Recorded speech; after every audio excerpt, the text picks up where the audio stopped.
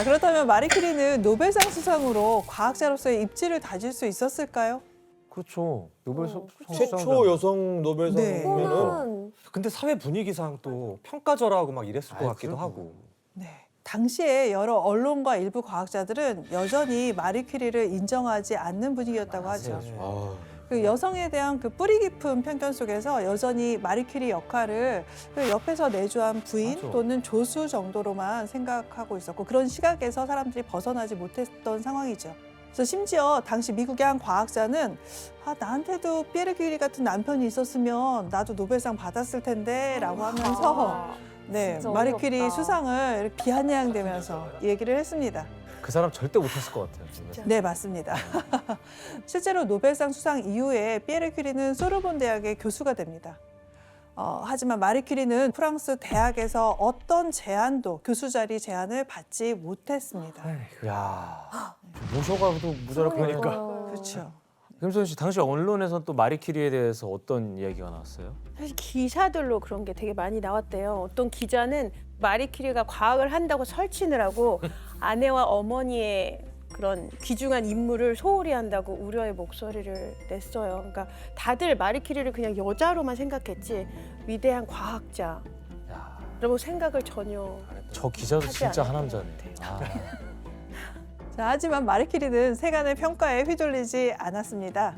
과학자로서 평소와 다름없이 연구를 이어나갔고 노벨상을 탄 그 다음 해인 1904년에는 둘째 딸인 이브 큐리도 나왔습니다. 야, 그 와중에도 열심히 사랑했네요. 네, 그렇죠. 사랑둥이. 네.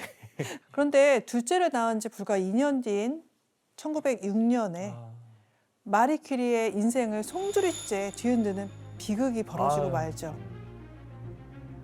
남편 피에르 큐리가 47세의 젊은 나이에 갑자기 죽고 맙니다. 아유.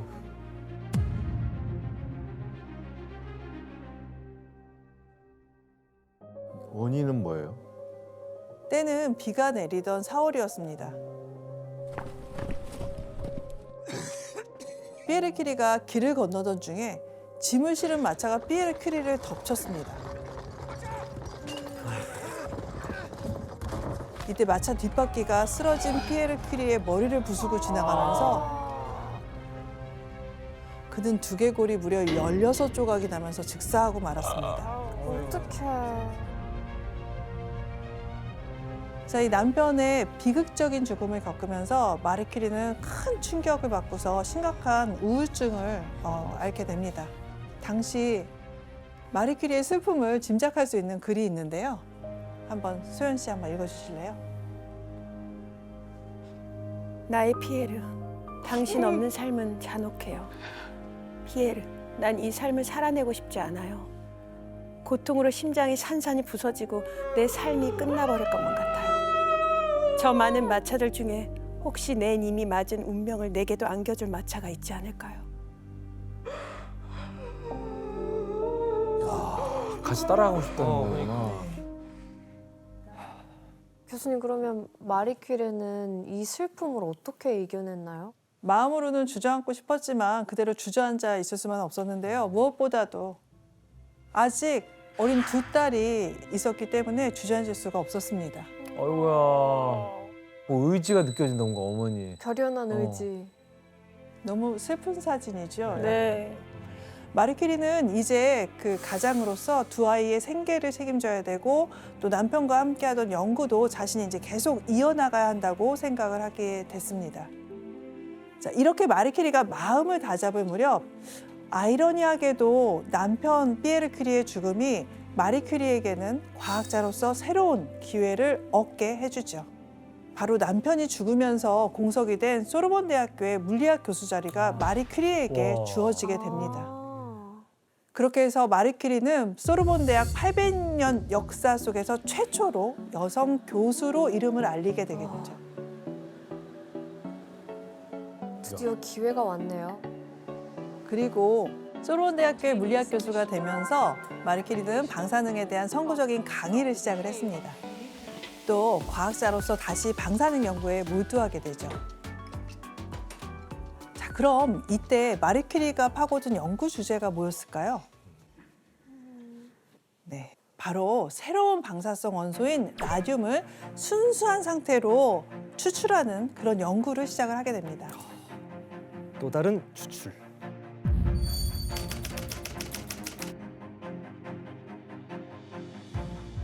과거 폴로늄을 발견했던 당시 마리 큐리가 발견한 또 하나의 원소가 있었는데 그게 바로 라듐이었습니다.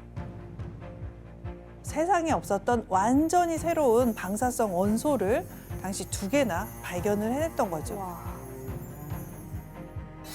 하지만 당시엔 순수한 라듐 원소는 추출하지 못했고요. 다른 물질이 섞인 화합물 상태로만 라듐을 만들 수가 있었습니다. 그런데 이때 추출한 라듐 화합물은 한 가지 특별한 성질이 있는데 바로 어둠 속에서 은은한 형광빛을 내는 거였습니다. 야광. 이건 라듐이 아주 강력한 방사선을 방출하면서 생기는 그런 현상이었죠. 아 그래요? 김수현 씨, 그 뮤지컬에서는 라듐 발견을 어떤 식으로 표현하고 있어요? 사실 그 마리 퀴리가 확인한 원소 가운데 가장 강력한 방사능 물질이었기 때문에 뮤지컬에서도 굉장히 중요한 아리아를 넘버를 담당하고 있는데요. 라듐을 딱 발견해서 기쁜 너무나 환희에 찬 그런 노래가 있는데 예. 잠깐 아 무조건 하셔야죠. 와. 보여주셔야죠. 예. 여기 밝게 빛나는 이것 애타게 찾아왔던 그것 뭐라 부를까 밝게 빛나는 라디우스 라디우스 라디우 어떻게 부끄러워. 아 이게 사실 가사에서 이제 라디우스. 라듐이 아니라 라디우스라고 먼저 하잖아요. 이게 라디우스가 라틴어로 광선, 빗줄기라는 뜻이거든요. 그래서 진짜 빠져들면서 듣게 되네요. 공연 때 바로 옆에서 막 소름이. 전문가들 멋집니다. 네, 이렇게 강력한 방사능을 내뿜는 라듐의 발견은 세상을 또 한 번 놀라게 했죠. 과학자 아인슈타인은 라듐이 엄청난 열을 거의 무한정으로 방출할 수 있다고 설명을 했고요. 그래서 태양이나 별의 그 놀라운 에너지의 정체가 바로 라듐 발견을 통해서 최초로 밝혀졌다라고도 이렇게 이야기를 할 정도였습니다. 근데 교수님 저 조그만한 저 고체 덩어리에서 뭐 어떻게 그렇게 어마어마한 에너지를 내뿜는 거예요? 그 라듐 같은 방사성 원소 내부는 이게 매우 불안정한 상태입니다. 그래서 언제든 이제 안정된 상태로 이렇게 변하려고 하는데 그러기 위해서 자기 안에 있던 입자랑 에너지를 막 바깥으로 다 이렇게 방출을 하게 됩니다. 이게 바로 라듐이 강력한 방사선을 내뿜는 그런 원리에 해당이 되죠. 또 방사선이. 네. 그런데 이렇게 엄청난 에너지 그리고 무궁무진한 가능성을 가진 라듐이지만 완전히 순수한 형태의 그 라듐을 추출하는 건 당시로서는 거의 불가능에 가까울 정도로 매우 힘든 일이었습니다. 그래서 몇 년에 걸친 연구 끝에 마리 큐리는 0.1g의 순수한 라듐을 분리하는데 성공을 하게 됩니다. 와, 역시 아, 의지의 상 드려야 돼. 마리 퀴리. 짜릿해. 라듐 등장과 함께 전 세계 사람들이 이제 깜짝 놀라게 한 효과가 드러났는데요. 자, 대체 뭐였을까요? 에너지를 이렇게 방출하니까 뭔가 나쁜 세포들을 다 없애버릴 수 있는 힘을 갖고 있는. 네, 맞습니다. 바로 라듐이 암을 치료할 수 있다는 사실이 밝혀진 거죠. 와, 항암 치료에 쓰였어요? 아.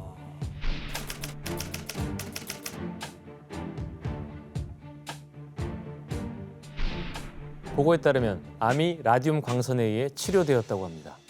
같은 회의에 참석한 의사들은 라듐 광선이 종양을 치료했다고 보고했습니다. 저건 진짜 혁명이 의학계에서도. 맞네요. 혁명이지. 네. 지금도 쓸 거 아니에요? 지금 왜 암으로 왜 죽는 거예요? 현재 실제로 암에 걸리면 방사선 항암 치료를 받게 돼서 항암 치료로 암세포를 죽이는데 그 효과가 바로 라듐을 발견한 이때 처음 밝혀진 거죠. 와. 그리고 지금 그 병원에서 항암 치료를 할 수 있는 것도 마리 큐리 덕분인 거네요. 네, 그렇게도 볼 수가 있는 거죠. 이 라듐 덕분에 항암 치료가 확 넓어졌다고 할 수 와. 있겠습니다. 진짜 대단하다. 이후 의학계와 언론계에서는 라듐의 의학적인 효과에 집중 조명하기 시작을 해서요. 그래서 라듐을 쪼였더니 피부병이 났다. 그다음에 동물 실험을 해보니까 확실히 치료가 되더라. 이런 기사들이 막 쏟아지기 시작을 하게 됩니다. 불치병이라고 생각했던 암을 치료하는 라듐이라면 다른 병들도 치료할 수 있을 거라고 그렇게 강하게 믿음을 갖게 되고 전 세계에서 정말 라듐 열풍이, 라듐 광풍이 불게 됩니다. 그리고 희석시킨 라듐 화합물이 공장에서 만들어지면서 상상할 수 있는 그 대부분의 제품에 라듐 화합물들이 사용이 되게 되는데요. 자, 어디에 쓰였는지 한번 당시의 광고를 한번 볼까요? 화장품이야? 라듐 뷰티? 화장품이네. 종류별로 다.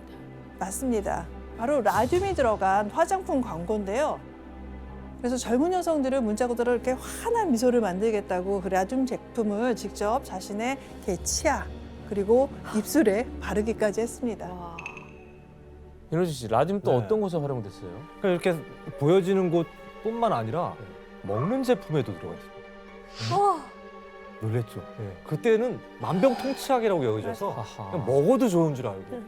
그래서 라듐이 들어간 초콜릿입니다. 근데 엄청 비쌌겠네요. 그러니까요. 고급스러워 보이죠. 또 라듐을 넣은 생수입니다. 에? 저 생수병 보면은 미 특허청 인증 방사능수라고 써 있습니다. 와. 그렇게 광고를 하는 와, 어떡해. 저 물을 건강에 좋다고 부자들이 엄청 사 먹었대요. 방사능을 먹는 거 아니에요? 그렇죠. 방사능을 어떡해. 쏟아 붓는 거. 그러니까요. 온 세상에 방사능 그냥 핵폭탄을 누가 쏜 거랑 똑같은 거네요. 와. 피폭이 계속되고 있는 거예요. 피폭. 와. 근데 어쨌든 이 라듐이 들어가면 선생님 이게 방사선을 내뿜는 거잖아요. 이게 위험성을 그냥 아예 전혀 몰랐으니까 사람들이 먹기도 하고 그랬던 거죠. 네. 지금이야 뭐 강한 방사능이 인체에 위험하다는 게 상식적으로 잘 알려져 있는 상태고 또 체르노빌 원전 폭발, 그다음에 후쿠시마 원전 사건 이런 게 언론 통해서 방사능 위험성이 무섭게 각인이 되기도 했었죠. 근데 당시에는 방사능이라는 말이 막 처음 만들어지고 막 연구가 시작되던 초창기여서요. 그래서 사람들은 강한 방사능을 가진 라듐이 얼마나 위험한지 인식을 하지 못했습니다. 퀴리 부인도 몰랐는데 뭐. 그치. 네. 본인도. 그래서 그 외에도 이제 라듐 연고, 라듐 치약, 라듐 성냥, 라듐이 들었다는 온갖 제품들이 출시가 됐죠. 와. 심지어 미국에서는 라듐을 이렇게 발라서 형광빛 나는 옷을 입고서 그 라듐 쇼를 하겠다라고 하는 그런 사람이 나오기도 했습니다. 와, 오늘 모든 제품을 다 썼네. 맞습니다. 당시에는 라듐만 들어갔다 하면은 모든 날개 돋친 듯 팔려나갔습니다. 자, 그럼 여기서 문제 하나 내겠습니다. 뭔가 무서운 문제일 것 같아. 당시 라듐이 들어간 이 품목은 효과가 좋다는 소문이 퍼지며 큰 인기를 얻었는데요. 이것은 무엇일까요? 정답. 네, 규현 씨. 이게 그때도 피부를 신경 많이 썼을 거란 말이죠. 라듐이 들어간 팩. 아, 라듐. 네. 마스크팩? 규현 씨 오답입니다. 정답. 그 네. 프랑스잖아요. 호진 씨. 약간 패션 쪽에 좀 볼 테니까. 란제리? 네. 호진 씨 오답입니다. 무슨 효과죠? 아니, 나 탐날 것 같아. 정답. 지원 씨. 이 라듐이 이 발광을 하는 성분이 있으니까 렌즈. 눈이 밝아. 밤에 이거 좀 뜨고 프레시. 눈이 빛나. 네, 합리적인 오답입니다. 자, 자 힌트 주시죠. 아, 이게 남자분들이랑 좀 관련이 되어 있는 정답. 건데요. 네, 규현 씨. 제가 정리하겠습니다. 뭐 어지러운 게 남자들은- 없는데 뭘 정리해요? 남자들은 남자한테 좋다면 환장하거든요. 왜? 그런 것처럼 라듐 콘돔을 만든 거예요. 그 에너지가 아 몰라 와. 어떻게. 자, 규현 씨. 자, 규현 씨. 정답입니다. 와. 이게 정답이에요? 예 감사합니다. 아니 어떻게 이런 문제 이렇게 잘 맞추는 거예요, 도현 씨? 뭐라 간다. 아니 근데 왜냐면 이게 우리도 좋다는 거 몸에 좋다는 거 먹으려고 하니까 우리도 좋다. 저걸 착용하면 뭐 정력이 좋아진다고요? 예를 들면 그런 거. 라듐의 에너지를 받는다 뭐 이렇게 광고할 수 있죠. 라듐의 길을 받아서 에너지가 넘치게 될 거다. 원기옥이 그냥. 어떻게? 정답은 바로 콘돔인데요. 당시 라듐이 함유된 콘돔은 정력을 높여준다 이런 소문이 나면서 인기를 끌었죠. 하지만 워낙 라듐 상품들이 우후죽순 쏟아지다 보니까 라듐이라는 이름만 내걸고 실제로 라듐이 들어가지 않은 것들도 굉장히 많이 나오게 됩니다. 진짜. 이거 가짜 광고를 했구나. 네, 그래서 라듐의 위험성이 조금씩 알려지기 시작한 건 마리큐리가 라듐을 발견하고 한참 지난 1917년 미국의 시계 공장 소녀들 때문에 이게 알려지게 되죠. 왜요? 시계 공장 소녀. 당시에 깜깜한 밤중에도 시계를 잘 볼 수 있도록 시계 바늘과 야광시계. 자판에 야광시계. 형광빛을 내는 라듐 페인트를 칠했습니다. 어. 시계 공장에서는 임금이 낮은 소녀들을 주로 이제 고용을 했었는데요. 방사능에 픽복당해서 끔찍한 고통에 시달리게 됩니다. 자, 당시 그 소녀들의 사진을 한번 보실까요? 어? 어? 당시 한 소녀의 턱에서는 커다란 이렇게 종양이 자라났고요. 아유. 또 한 소녀는 무릎에서 거대한 암이 생겨서 다리를 쓰지 못하게 됐습니다. 너무 마음 아파. 이렇게 된다고요? 픽복되면? 네. 시계 공장에서 이런 일들이 연달아 터지고 법정 투쟁까지 이어졌지만 실제로 그 재판 결과는 너무 늦게 나왔고 사람들은 라듐이 얼마나 위험한지 그 유해성에 대해서는 계속 반신반의하면서 지내고 있었죠. 회사에서 인정도 안 하려고 그랬을 거예요. 자기 회사에서도 인정을 안 했고요. 그렇지 암을 치료한다는 성질인데 그러니까. 저렇게 암이 생길 거라는 한순간에 건 말이 그냥 안 되니까. 나가니까. 맞습니다. 그러다가 1930년대에 벌어진 또 다른 사건이 세상 사람들한테 큰 충격을 안겨주게 되죠. 미국의 에벤 바이어스라는 한 사업가의 사례였는데요.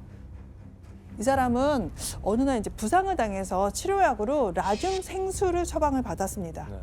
그래서 그 라듐 생수를 이후 무려 4년간이나 매일매일 마셨다고 하는데요. 어떡해. 자, 이런 얼굴에 사람이 어떻게 됐을지 애프터. 한번 사진으로 확인해 보시죠. 아! 어떡해. 아, 저 지경 될 때까지 마셨다고? 말도 안 돼.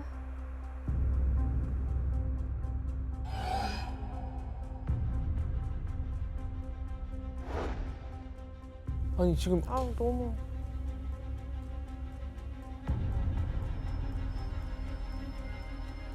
뭐가 어떻게 된 거지, 이게? 아우 어떡해. 턱이 날라갔네.